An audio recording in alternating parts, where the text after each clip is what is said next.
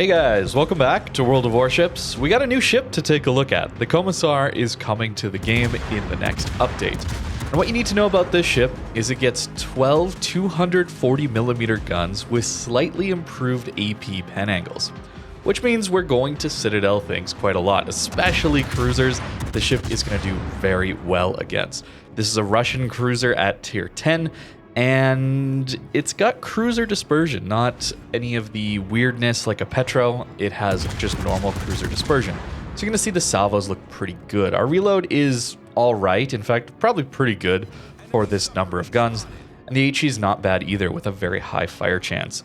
So the guns here are a very strong point. This ship is also a hybrid ship. So you're going to get rocket planes here that are going to do a lot of damage, especially to battleships. A little hard to strike destroyers with this one, given the lead time on these rockets. But against battleships, you're going to absolutely crush people. This ship is very, very, very powerful. Colombo coming in here. And, well, these rockets pen 40mm of armor. So a lot of battleships are going to eat a ton of full pens. That's like nearly 13,000 damage from one strike and a double fire. And then we can follow up with that HE with good fire chance to get some permanent fires, that kind of thing. So what is the downside? This sounds insane, right? Well, the downside is the armor here. So we have 30mm on the deck and upper belt. So most battleships at high tier are going to be overmatching you. Nice little double sit there into the Brisbane at 15 kilometers. So not dealing with Petro levels of dispersion. Very, very nice. But that is going to be the issue. The bow and stern are also easily overmatchable. They're like 25, I think. And no icebreaker. So that Russian gimmick of an icebreaker where at close range, you're not having that option to get citadeled. Well, not here. This ship can be easily citadeled through its bow or stern. This ship also has a gigantic citadel well above water, and it's only 115mm of armor. So very, very easy to hit and do a ton of damage to. We're getting very lucky against this Vincent here. This is not a ship you can rely on the armor. Fortunately, the concealment is pretty solid. We have 10km torps on this one. You get 3 per side. They launch from really far back. So in order to get a decent angle on one of the torpedoes here towards the Vincent, I'm going to use widespread. You notice how that furthest left torp actually gets a little bit closer to him. There we go. There's a bit more of a hit, although I don't even know if we took maybe one citadel there. Getting very fortunate. I think this ship will get dev struck very, very easily. This game gonna end in a defeat, but I did want to show you these little clips here and there just to show you what this ship can do. Very, very powerful guns, strong airstrikes, not airstrikes, planes, rocket planes. That's what these ones are. Now on to our full game. This one we're gonna watch all the way through pretty much. This ship is very, very good at team play as well. Of course, with these rocket planes, you don't have to do damage to have a ton of battle impact. The element of spotting is insanely powerful. It's so strong. So against this Jaeger here, we can just kind of hover over top of him and spot him for our team. And what can he do about it? CV rework when, right? This needs to change, man. This has to change. This is ridiculous. Notice that lead time, by the way. In order to spot that DD, I mean, there's no way I can get a drop in on him. I can't even spot him within that reticle distance. So it is all about the spotting. Team not doing as much damage to him. There we go. Maybe getting a few hits in. But still very strong. That allows our Jaeger to get the cap very easily. And we can just hover around him. This is so, so powerful. All right, how are you going to get this ship? I've talked it up a little bit. How is this ship going to be delivered to you? It's going to be in a special event for this most recent update here, 13.4, coming in a few days, and it will be available for steel. This is a steel ship, so it will be for 30,000 steel by itself in this event, or 35,000 steel coming with a steel camo, basically. And in this event specifically, you won't be able to use your steel or resources coupon, that one that will give you a discount on a coal or steel ship. That one won't work for this event specifically. But they do say this ship will arrive as a normal steel ship once 13.5 is here. So only one update of this. I don't even know if I would call it early access, but access to Komissar without the option of using your coupon, right? So that's pretty nice that you only have to wait a month to actually get this ship if you're looking to use that coupon, which I think is a good idea.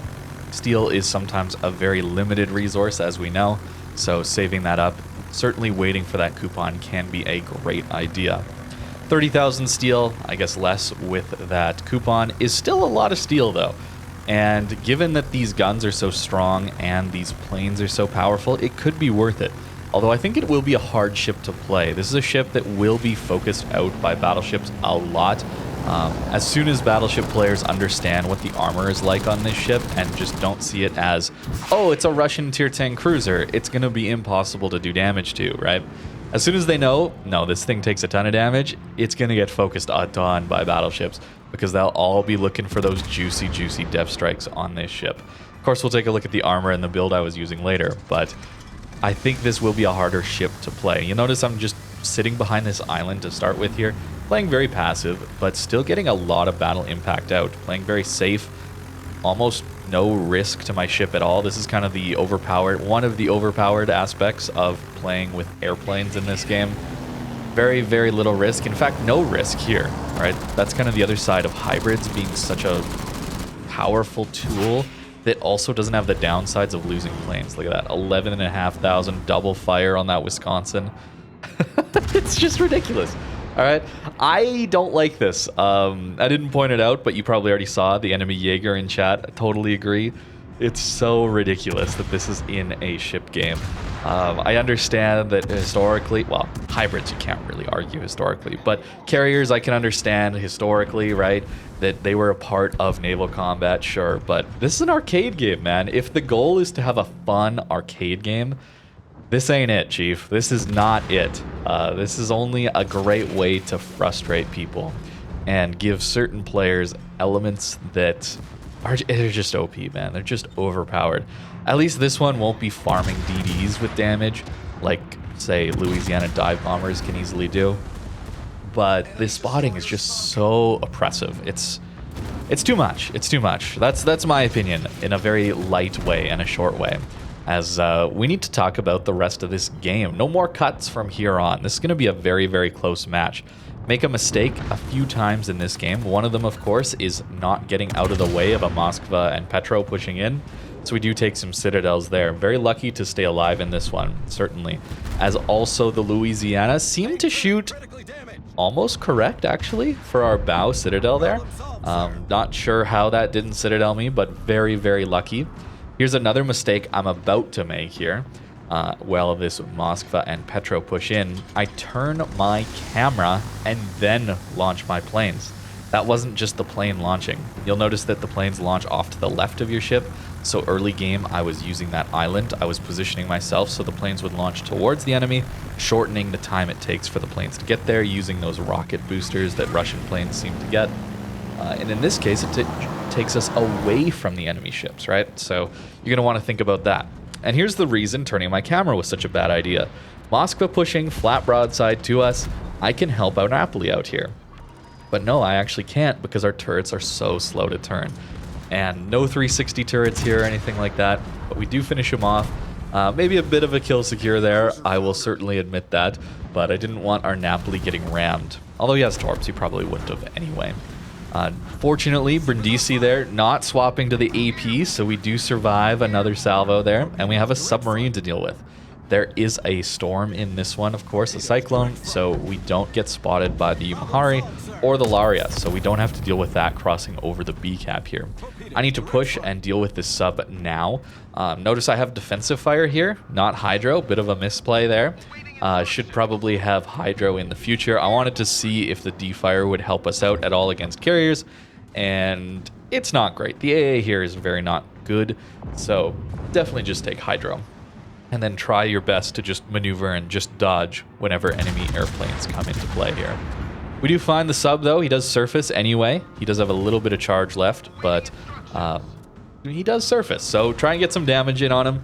And look at the maneuverability here. He's going directly into where those bombers were going to go, or the depth charges were going to go, and then he turns out of the way so quickly. That is the big change here.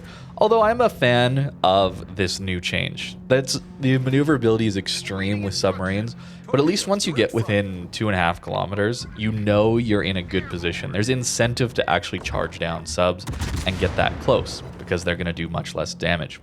Also here, I'm realizing that I was spotted the whole time, so me not shooting there for a little bit was such a misplay, right? If you're still spotted by the sub, he's at periscope depth, and you can hit him. So a misplay there, but we're still alive. And the last thing I need you to notice is our heal cooldown. Something that it took me a little while to realize, but it's actually a 40-second heal cooldown. And you can get up to 5 of them. So that's your survivability. You're not survivable through your armor. It's mostly down to concealment and that extra healing you're going to get. We're left in a 3v1. Our Martin does his best, but not quite able to finish off some of the enemy ships here. I'm not sure about their HP, but we are going to go after whatever's the lowest target. Yumahari, 6,000 HP. I mean, what other ships are able to do this, man? Otherwise, this guy probably gets a couple heals in by the time I'm able to actually engage him. But this ship, no, we just get to go over and click on his forehead, and he's out of this game. It's ridiculous. Planes are ridiculous. I'm trying not to fall into the trap of just complaining about airplanes this entire video, because this is a ship after all, but trust me, I could. We're getting into the A cap here now, and healing finally. And low HP, but still potential to salvage this game. The points are very, very close, and we're soon to have a 2 cap advantage. Although there's not much I can do to defend the B cap here. Now this is less about this ship and more about positional play and game sense in these later game scenarios, but what would you guys be interested in doing here? That's the question. There's many things you could do. You could push out to the north and try and flank them as they're trying to get into the B cap. Or you could push through the middle. You could also just sit on this island and roleplay an aircraft carrier. There's plenty of options here. But for me, I'm going to wait for these planes. We still have to sit in this cap anyway. So we get a ton of scouting potential here. We don't just have the ASW trick where you can launch your ASW planes and see if AA fires at them. You get a general sense of where enemy ships are. We can just go spot them. We're a surface ship, but we can still just go spot them for free. So we know exactly what's happening here. They've grouped up, very smart, and the Brindisi's on very high HP. So this is going to be a problem. Laria's also healed up and is going to turn into those, so I don't think we get too much damage. 3,000 plus a fire, not too bad. A bit of a reset. Brindisi, though, appears to be turning broadside to us, so I'm going to try and torp him. And now, with that information, I'm going to wait.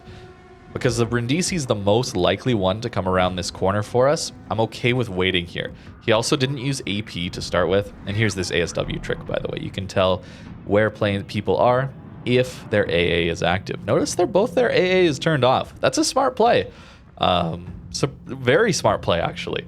That's not a lot of downtime between my rocket planes, which they were shooting at, and those ASWs. He pops his plane, so now they know where I am. But we do get 1 torp hit. Notice it was the left-hand torp. So that means the Brindisi, or that's Laria, but probably Brindisi, had to come back towards the north. So I know that I'm not going to actually get that good of an opportunity against him here, since he's taking his time to come around this island. The timing, though, for the Laria, which is a rather fast battleship, coming around the north, is soon. So I need to turn my turrets for that and get ready for him. If he shoots sap, I don't think he has the pen for our Citadel with sap, so that allows us to tank, I think, 1 salvo, but the AP would just kill us outright here for the most part. Barely alive, and we do 20,000 damage back to him. If I was ready a little bit sooner, I would have had my rear guns available for that shot as well. Although I might have died if I was at a worse angle. But the better AP pen angles there help us out a ton. We're able to Citadel battleships, guys, with these guns. They're very, very powerful. Now here's going to be the last mistake I make. And looking at it, maybe there wasn't really room to go for it. But looking at the game here, you got to understand that, and I didn't realize this until a little bit later, you got to understand that this is not a situation where you're going to win on points. The enemy team is up 2 caps to our 1, and that Brindisi is so close to just stepping on our A cap here. So even if I get into the B cap and stall it out, maybe even cap it, it's only 1:40 left on the map, so more than likely it's a stalling situation. They still have the C cap ticking, and they will be passing us here in a few seconds. So this is a situation where I had to kill the Brindisi. I needed to turn around. And the reason I say that I might not have had time is that by the time I killed the Laria there, and the turning radius here being so poor, as well as that rudder shift not being so good, it might have been a situation where I ended up grounding on that island to the north, and then turning my turrets for him, waiting for him to come into A. That might have been a play to make, but as it stands here, we have to kill him. I'm realizing that around now, that I'm looking at the caps, and I'm like, oh yeah, they're just ahead, and they have a cap ticking. This stalling won't work. So I'm a little bit disappointed in myself for that, but hey, still opportunity here. Now he does leave his AA on, so we know a bit about where he is. He's in the south side of the A cap here. AP loaded, slightly improved pan angles, hoping to get that through. We're gonna get a very small window here. He's very angled, and he pops his smoke. So this is the only salvo I get, really. And we get a double citadel with 5 pens, but also 5 bounces. So he's probably on 15, 20,000 HP left, depending on if he has a heal.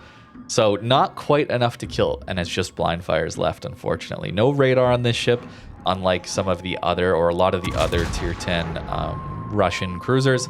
Just the, admittedly, very, very, very powerful hybrid gimmick here. Now he's still in the cap, and his smoke is going towards this island. So I'm thinking maybe he hit his head on this rock. That's my only option here. He's broadside, and we miraculously citadel him. But no, we don't get that. And there he is. He angled, he played it properly, 20,000 HP left. And he won the game for his team, but a very, very close one. And I think shows off how busted hybrid ships can be. The information gathering, and with this one, just the raw damage of these rockets is ridiculous. Certainly a weakness of this one is going to be that not good armor, and as more people understand that, I think this ship will be a little harder to play. The ship might have a little bit of that aura or effect from some of the other Russian cruisers being ridiculously tanky, that people just kind of ignore it, assuming that it is, since it's still in testing, at least when I'm playing it here. But as soon as people know, man, I think people are just going to focus this thing down with battleships. Because this is what the armor looks like. That is a 115mm Citadel, totally exposed. There is no spaced armor gimmick here, and 30mm upper belt and 30mm deck armor. That's bad. 25 on the bow, also bad. No icebreaker, bad. 115 on the bow, so at least the front of the Citadel. So yeah, I think it's just good luck. Good RNG that we didn't just explode to some of those battleships at close range, because I mean, by looking at this, we should have. Like, there should be no way to really angle this thing, because if you slightly misangle your broadside armor and they hit here, they're going through. Like, it's so thin. Like, the margins here are so thin. And then if you angle it just a bit too much, and then they just want to go for this bow section, it's massive. So then they're going to get that. Very, very bad armor. And yeah, a lot to overmatch back here. I suppose it is pretty low in the water, relatively. So longer ranges, it might be okay. That 30mm plating might save you, but yeah, a little bit rough. The turret angles are also a little bit uncomfortable feeling, knowing how big this Citadel is. But the guns, man, the guns are just so powerful. 240mm, very good reload. 22% fire chance, 40mm pen on those guns as well. So you're getting through a lot of battleship armor that you normally wouldn't with like 203s, for example. Montana upper belt and deck armor, for example.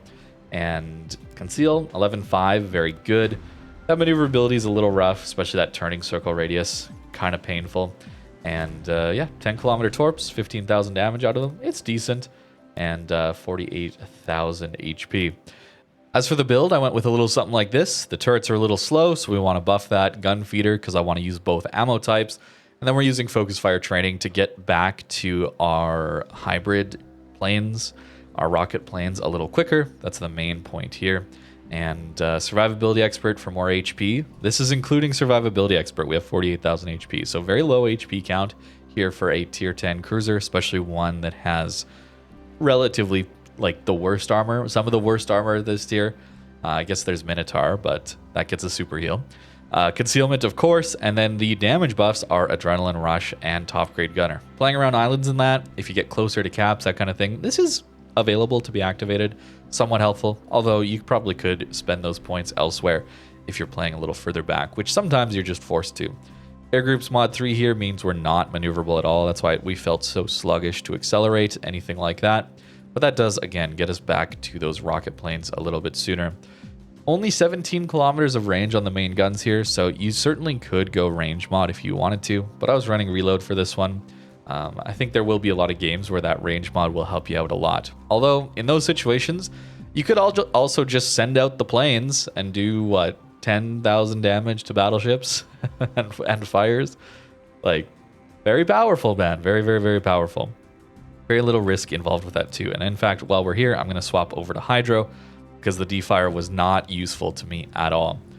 So that's going to do it for today's video. First impressions on the Komissar is that very, very powerful, but also has some weaknesses. Nice to see some citadels that are punishable, but the guns here are incredible. And those rocket planes are no joke either. Not only do they do insane levels of spotting and scouting for your team, but into bigger targets where you can guarantee more hits. I mean, the damage is kind of insane as well. So that's going to do it. Thank you very much for watching. Let me know what you think in the comments down below, and have a great rest of your day.